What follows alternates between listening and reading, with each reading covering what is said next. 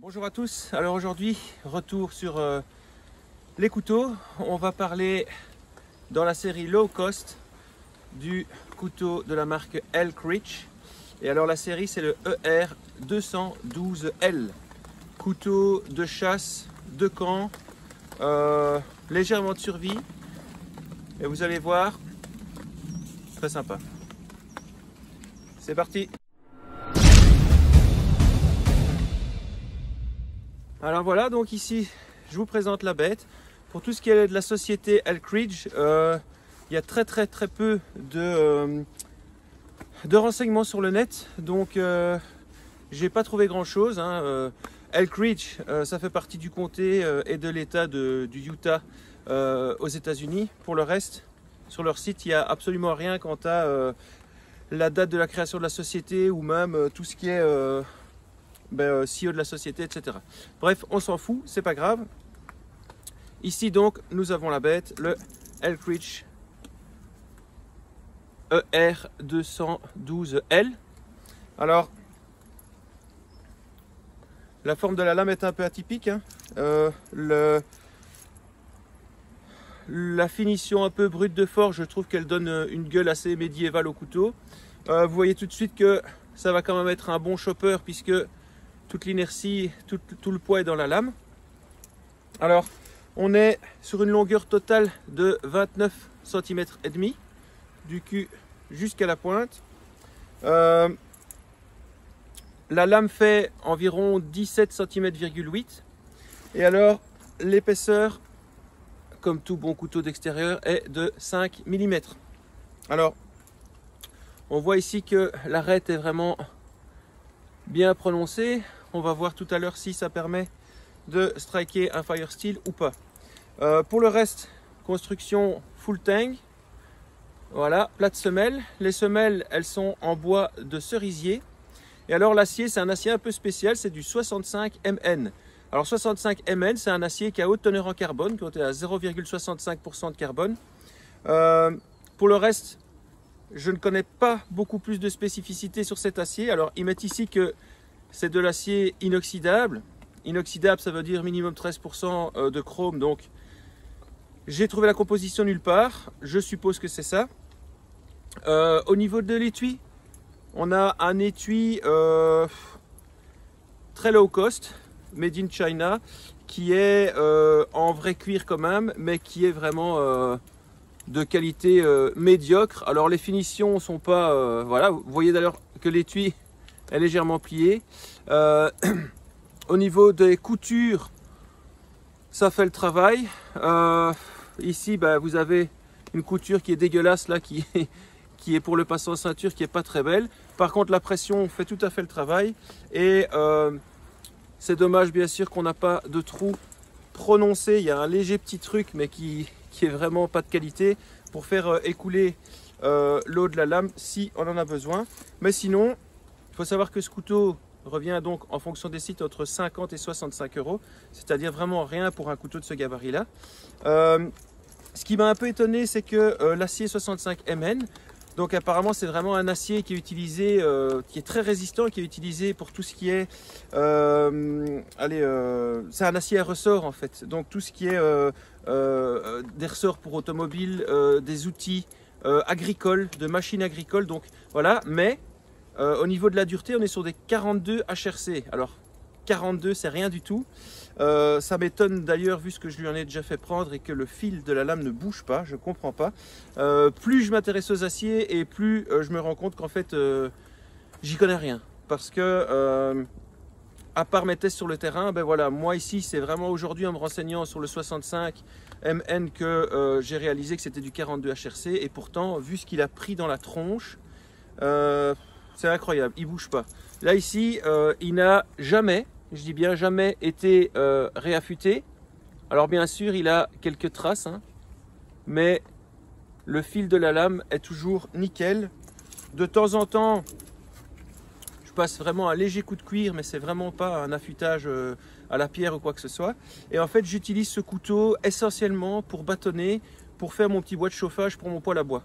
Donc ce couteau-ci, il prend, on va dire, 10 à 15 minutes de bâtonnage tous les jours dans la tronche avec du boulot, mais aussi tout ce qui est hêtre, frêne, chêne, des essences qui sont très solides et très sèches, ça ne bouge pas. C'est pour ça que j'ai décidé de vous en parler aujourd'hui. Au début, je m'étais dit, c'est trop low cost et c'est pas le top du top. Mais en fait, il est vraiment génial. Alors, au niveau des finitions, bien sûr, vous avez au niveau des plaquettes, ça dépasse légèrement. Hein, donc, on voit clairement que ce n'est pas des finitions à l'italienne ou ce genre de choses, parce qu'ici, on sort légèrement un petit bord. À force de taper sur les plaquettes comme un débile, il y a un léger petit jeu, mais vraiment minuscule. Et alors ici, vous voyez qu'elles sont accrochées par 2 rivets. Et si vraiment on veut poil de QT, on a des rivets qui dépassent légèrement ici d'1 millimètre. Après, pour le prix, moi personnellement, je m'en contrecale. Voilà, donc ici, vous allez voir maintenant ce qu'il a dans le ventre. Alors ici, vous avez un trou dans le manche. Comme c'est des couteaux de chasse, c'est souvent utilisé pour mettre son pouce pour skinner. Pour moi, c'est une trop grosse lame pour skinner, donc ça ne sert pas à grand chose. Donc la coupe comme ça, à part peut-être pour menacer les gens dans la rue, je déconne. Mais sinon, pour moi, ça ne sert pas à grand chose. Ça ne me dérange pas. Par contre, le manche est bien épais. Il n'y a pas de hotspot, il est tout lisse. Le bois de cerisier est étonnamment très stable au niveau des intempéries. Donc franchement, c'est un couteau qui gagne à être connu. On va passer au test. Voilà, alors pour les tests, bienvenue sur ma table à feu. Hein, donc pour ceux que ça intéresse, je pourrais faire un tuto une fois. Une table à feu, c'est quoi? Ça me permet de pouvoir allumer un feu sans me pencher. Si je veux par exemple cuire des trucs sur le feu et que je suis en mode un peu mal au dos, eh bien j'ai fait 4 pieds, j'ai fait un espèce de petit plancher en bois sur lequel j'ai mis un genre de bâche. La bâche a été recouverte par de la terre et en fait la terre en chauffant devient de plus en plus dure et le bois en dessous ne crame pas. Voilà. Alors, je vais vous prouver que je raconte pas de bêtises. Vous avez vu la section de ce truc. Ok. Ici donc on est sur de l'acier 65 MN et je vais pas le ménager. Ok. Alors c'est parti.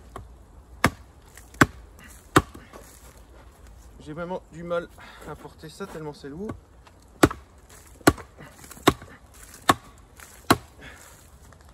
Vous voyez que ça rentre bien. Alors, je vais essayer de trouver une autre batte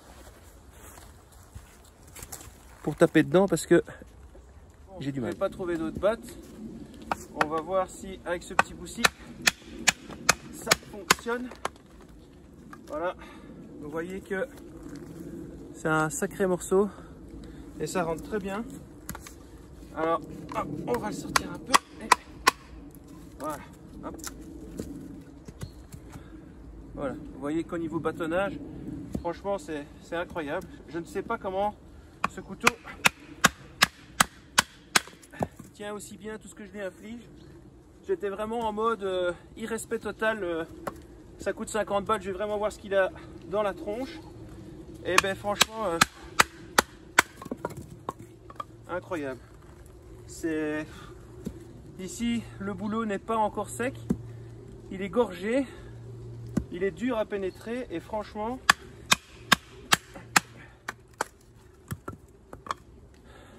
terrible, terrible. Voilà.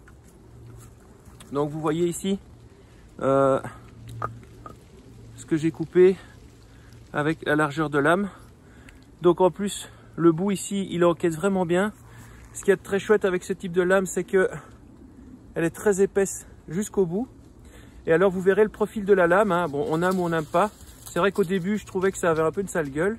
Mais en fait, ici, c'est vraiment très chouette parce que on va dire ce modèle mini machette vous donne quand même beaucoup de précision, vraiment à côté du casse-goutte qui est quasi inexistant.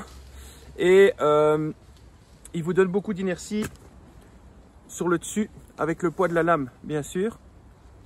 Et alors il y a quand même une chouette garde ici qui vous empêche de vous blesser. Donc la configuration de ce couteau est vraiment pour moi parfaite, même si au niveau de sa tronche il fait un peu lourdeau. On a vu que pour le bâtonnage ça crée aucun problème. Je vous dis, ça fait je crois que ça doit faire presque 6 ans que je bâtonne tous les jours avec. Et vous voyez que la lame n'a rien du tout. On va voir pour les feather sticks, le fire steel et les coupes à la volée, puisqu'il a quand même une petite gueule de chopper.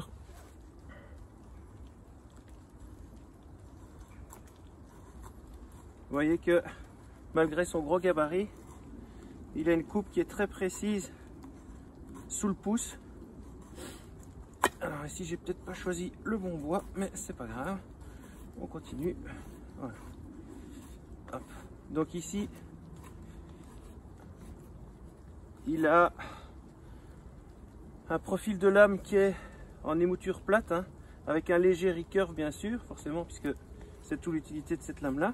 Mais donc l'avantage de la plate, de l'émouture plate totale, c'est que on part des 5 mm et que on arrive vraiment à quelque chose de très précis.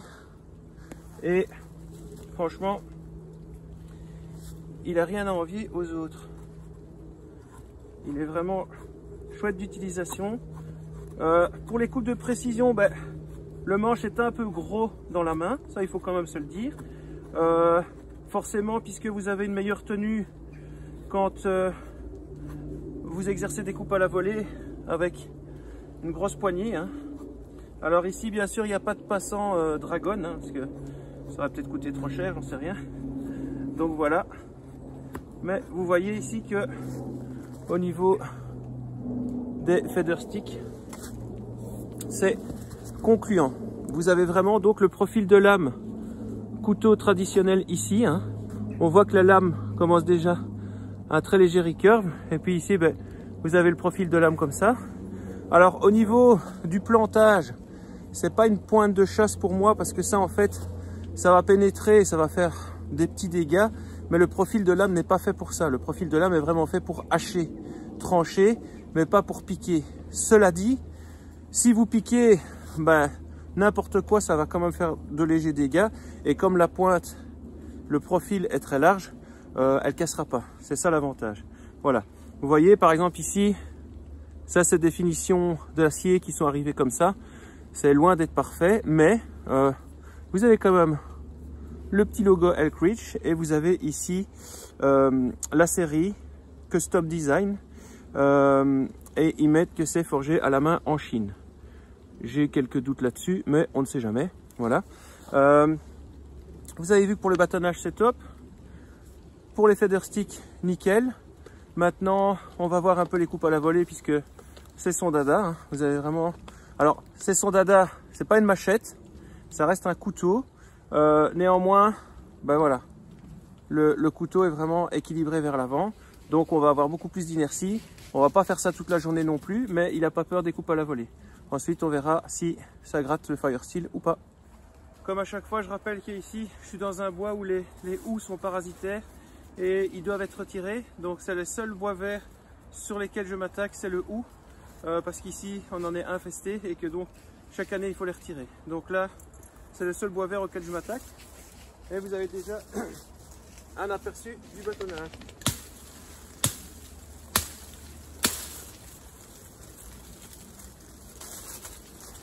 Vous voyez le genre de section que ça peut faire assez facilement. Hop.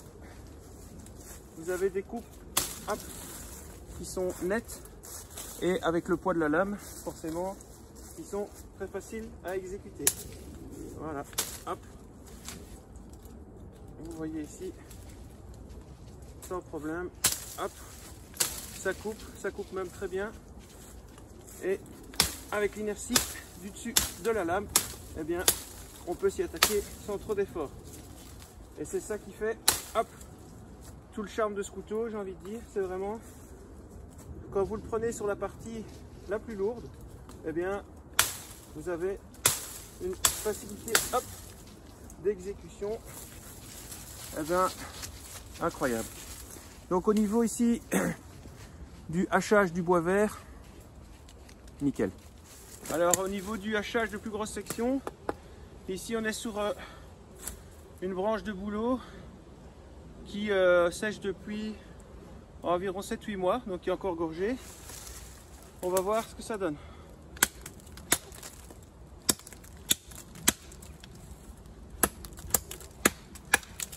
Alors attention, ici j'ai des gants, les gants en laine sur le bois en cerisier, forcément ça glisse.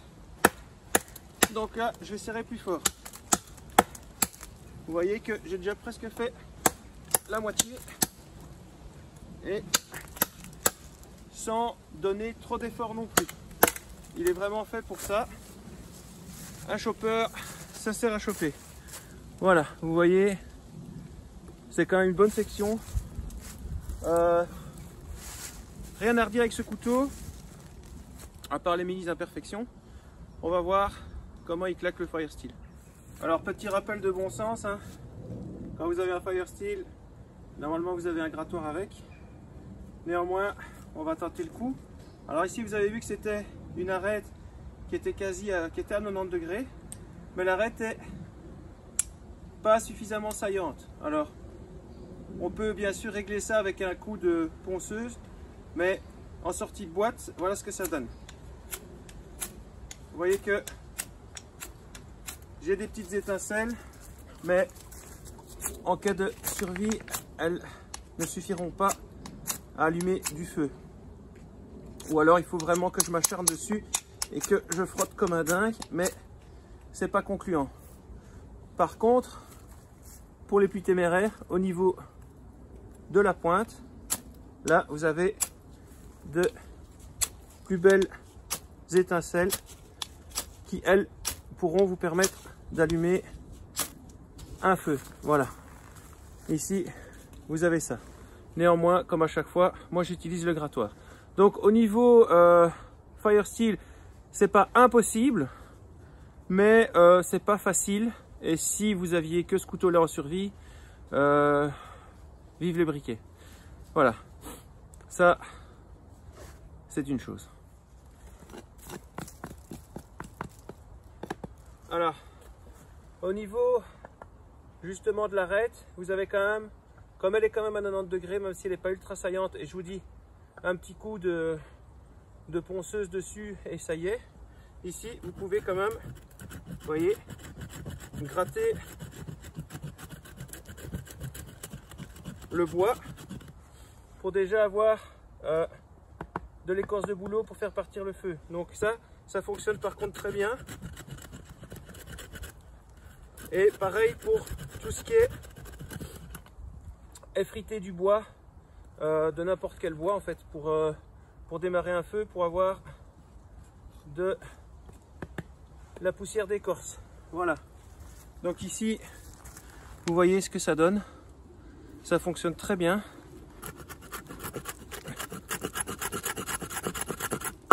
Et ça permet quand même de pouvoir faire des petits résidus d'écorce de bouleau pour démarrer son feu. Donc ici, pour moi pas assez saillant pour le Firesteel, mais par contre néanmoins d'origine, je dis bien, assez saillant pour s'attaquer aux écorces. Voilà, alors j'en ai fini pour cette petite vidéo sur le Elkridge ER212L. Mon impression générale, ben, pour 50 €, allez-y, foncez. Vous pouvez vous faire plaisir en toute sécurité. Alors, on va commencer par les moins, comme ça on finira par les plus, hein, une fois n'est pas coutume. Les moins, ben, comme je vous ai dit, donc, il faut aimer sa gueule, hein, forcément. Pour moi, les encoches pour le pouce ne sont pas nécessaires parce que skinner avec ça, c'est beaucoup trop long pour moi. Et donc, au niveau précision sur de la peau d'animal, ça va pas pour moi. C'est trop long, la lame est trop longue. Le manche est assez large, hein, donc pour des toutes petites mains, ben, il faudra éventuellement mettre un peu de chambre à air ou en tout cas pas travailler avec des gants, sinon ça glisse. Les finitions, que ce soit au niveau des rivets ou au niveau des semelles, sont très mauvaises, hein. On sent des reliefs à ce niveau-ci, et à ce niveau-ci. Alors ça ne devient pas des hotspots parce que c'est de l'ordre de quelques millimètres, donc on peut travailler toute la journée avec, on n'a aucune douleur, ça c'est bien, mais néanmoins voilà, les finitions sont un peu merdiques. Ben, ici à retravailler pour le Firesteel, mais sinon ça va. L'acier, l'acier 42 HRC, bah, c'est rien du tout, hein. Sur tous les sites de couteaux, on va vous vanter, on va vous dire que pour un bon couteau, il faut passer les 55, 57 HRC. Bah écoutez, voilà, c'est une énigme, mais moi en tout cas, je tape dedans comme un porc et ça bouge pas.